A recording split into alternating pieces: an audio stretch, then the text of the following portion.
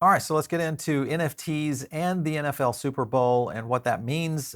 There was a lot of lead up to this, but also at the same time, maybe some response to this. So we'll break down all of this for you guys. Obviously, this is going to dive in deep. My name is Paul Barron. Welcome back to Metaverse Insider. Let's get into it on the topic of NFTs, NFL week, and a lot of the players, when I don't mean football players, the actual NFT players that were involved in this. And there's a lot of them that I think benefited by what happened, not only with the NFL, but also leading up to this. So interesting stuff. I want to jump into this first topic, and this was the DigiDaigaku, which I will say something about that. But let me play the supposed ad that was running. Let's cut to it. All right, so this was not on the NFL or on the Super Bowl as an ad, but essentially that QR code was. And a lot of people were kind of hitting on this. Eventually, it's a free NFT. The concept was pretty simple. You scan the code, it goes in. The problem is the code that they put up on the ad in the NFL Super Bowl was a QR code that went to the guy's Twitter channel. And that to me was the first turnoff and also the first red flag. Another thing, we did invite this guy on to the show last week. They ghosted us. My assumption is that this is, let's just get the first one out there. This is one of those that is a scam. So just be on the lookout for it. This was kind of the concept of it. This was over from Decrypt, DigiDaigaku's Super Bowl ad, baffles viewers. But the free NFTs are still selling for about $700. Now, I will say this, guys, if you bought one of these, get away from it quickly. He paid $6.5 million for the commercial, basically grew his Twitter following from, I took a screenshot of his Twitter following right at the time that the ad displayed, and it went to that following. It was around 925,000 at the time, this morning or today, as of recording this video. He was a little over a million. And of course, a lot of that was probably leading up to the fact that there was going to be this massive Super Bowl giveaway. So many viewers on crypto Twitter said that scanning the QR code simply redirected them to the Twitter profile. That is true of Gabriel Layden, who is the guy that's scamming everybody. So anyway, moving on. And just to take a look quickly, here was the dragon eggs, and you can kind of see a little bit of the growth here on what they're doing. And again, it was listed out there on OpenSea and showed pretty significant growth there. You've got a 3.08 ETH floor. You can kind of see the activity of it right there, moving around a little bit, but a little bit of action. I think, again, like I said, some of these are just getting to the point where they're too easy to pick out as a scam. But at the same time, when you have those kinds of things that are happening and you have OpenSea out there participating in this, I mean, in essence, it's, what he was offering was real in the sense of, it's a free NFT. Here was the dragon eggs on listings, showing right here that it was trending as number one, 2,600 overall sales. The actual listing, I think, was 10,000, of course, in terms of what they were offering. So I'm surprised I didn't just sell out immediately. And I think, again, it was just because the way that they did it on the ad there within the Super Bowl was you had to be an insider. You had to know what was going on. You had to probably be following this guy, even understanding probably his Twitter account led to those 2,600 NFT drops. So again, not either a waste of time or a tremendous marketing stunt is what I look at. Let's go over also, because another one was Reddit. They did their NFL drop during Super Bowl XXXVII. And they are collectible avatars. And Reddit, of course, I like in the sense that, first of all, I think Reddit, just in their strategy of what they've done around Web3 and the integration of NFTs, is spot on. Remember, that's Alexius Ohanian, former founder of Reddit, and his understanding of what's happening with Web3, I think, influences a lot of what's happening with Reddit right now. So good stuff for Reddit.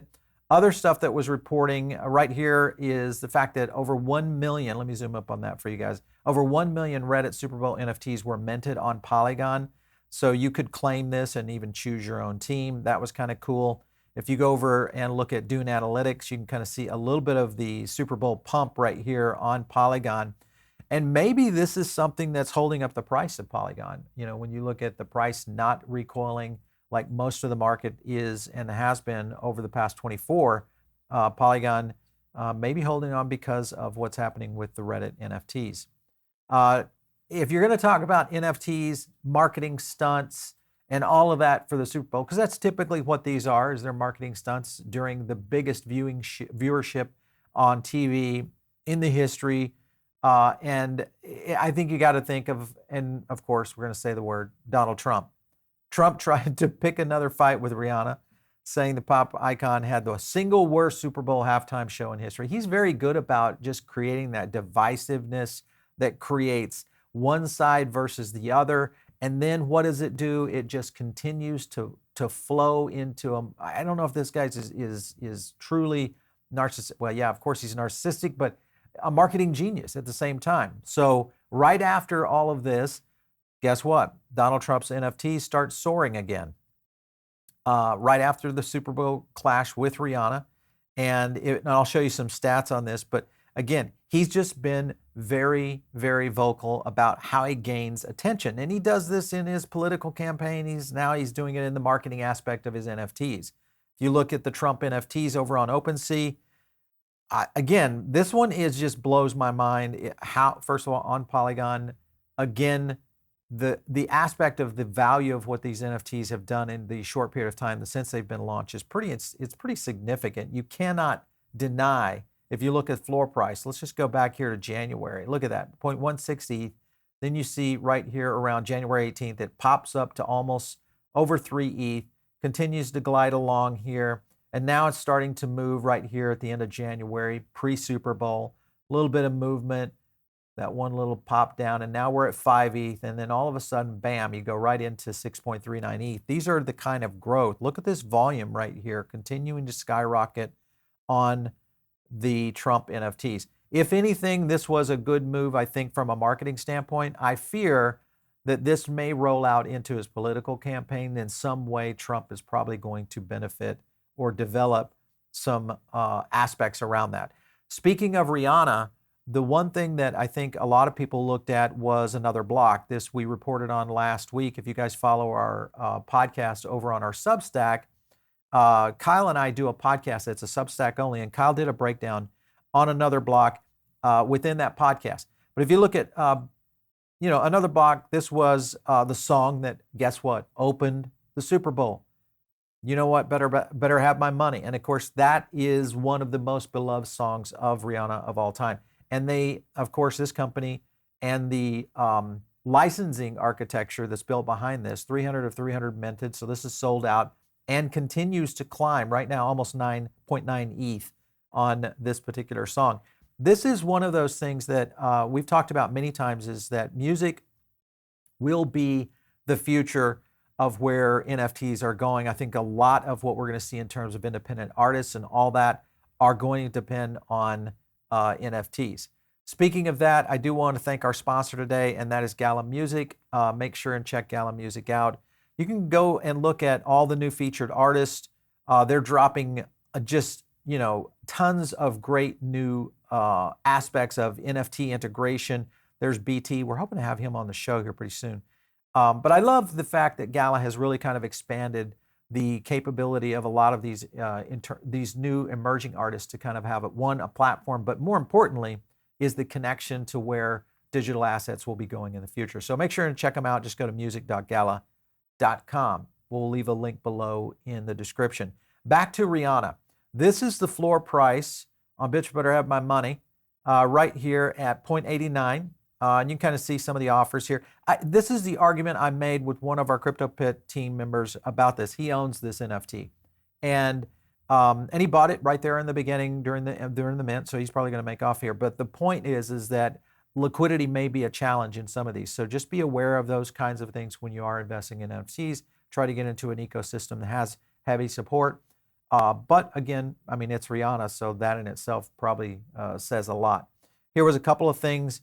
Right here, the song sells out in minutes. Another block raised 63,000 in revenue on the initial NFT sales. Not a lot, for sure. Think about where that is, but only 300 NFTs on that particular project.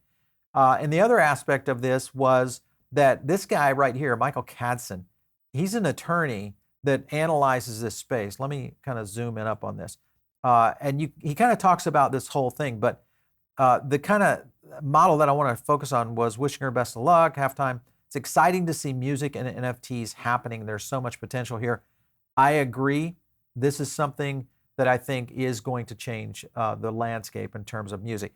And if you look at where Rihanna, who is a master marketer, did you guys know she is the #1 artist, female artist, in terms of total net worth, above Madonna, above Lady Gaga? I mean, this is the alpha of the alphas. So there may be something here for Rihanna to really expand on this in the future. Again, these handful of songs they're not owned by Rihanna anymore. She sold those rights.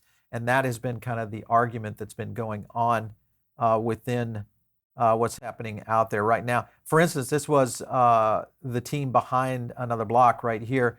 We hit #3 on the highest volume when OpenSea halted trades for our Rihanna drop. This was a big deal because I don't understand why they halted trades, but the fact that it was trending, and then you have DigiDaigaku over there not getting halted, I don't know. If you go back and look at what they've done here, let me jump back over to Another Block. What they have is they actually drop in the contract fully within this, and you have rights to the song in terms of what you get in terms of returns from plays over on Spotify, etc. All that's built into the smart contract, so that in itself is pretty amazing. Other news was Def Jam signs a virtual band, The Whale, in the latest major label Web3 partnership. A couple of things here is the Catalina Whale Mixer, a collection of 5,555 NFT avatars. They're on Solana. So again, you see the opportunity where NFTs are pushing some of these layer 1s and layer 2s to really kind of perform. So not bad, not bad. Let's go over to a couple of other things here. All right, additionally, Cross the Ages NFT collection rockets to the top 3 on Immutable, reaches 750K in 24 hours. Another big win for NFTs. The question I have, and I'd love to get you guys' comments, is do you think that the NFL Super Bowl was one of the catalysts for NFTs, or do you feel like NFTs in general have just started to recover and they've separated from the market? That's my theory, but I'd love to get your theory on whether or not there was any Web3 and NFT lead up to the Super Bowl, and that's why we're seeing a lot of movement. Just drop in some comments below. Also, as a reminder, make sure to smash the like button. It does help the channel out when you guys are catching this. Hopefully this will help others get into NFTs and discover what's happening out there in the creator space for sure. Here was a Mutascan, and you can kind of see, I mean, just look at this pop that we're seeing right here. This is pretty significant right here from February 5th, and then as a little dip, and then boom, boom, boom, right there. And then here we are on the 13th. But that's I think this, maybe it was Super Bowl. Maybe there was enough there happening out there. There's Cross of Ages, #3 right there. The Blocklord Blanners, Gods Unchained, which we know. There's the Alluvium Land, which we probably are going to be talking about that soon for sure. Additionally, NFT sales rise 18% this week, obviously led by Ethereum's 233.8 million in NFT settlements. Again, Ethereum is the rock star here. I think this is going to be the component for growth.